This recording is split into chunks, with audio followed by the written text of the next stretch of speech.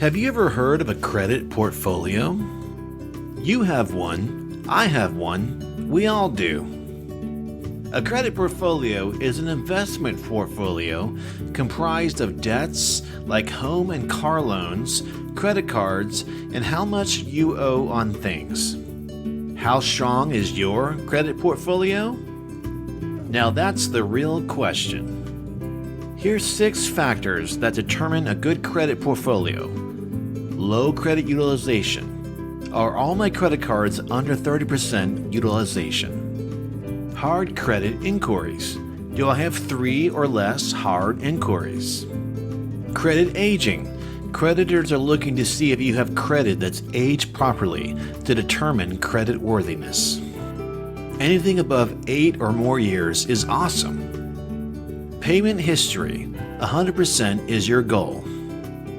Making all your payments before the payment due date or on time. Lenders want to know that you'll pay them back on time. 0 derogatories.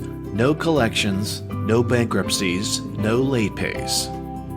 Total accounts. Ideally having a mixture of installment and revolving credit lines. If you have more than 11 accounts, you're doing great.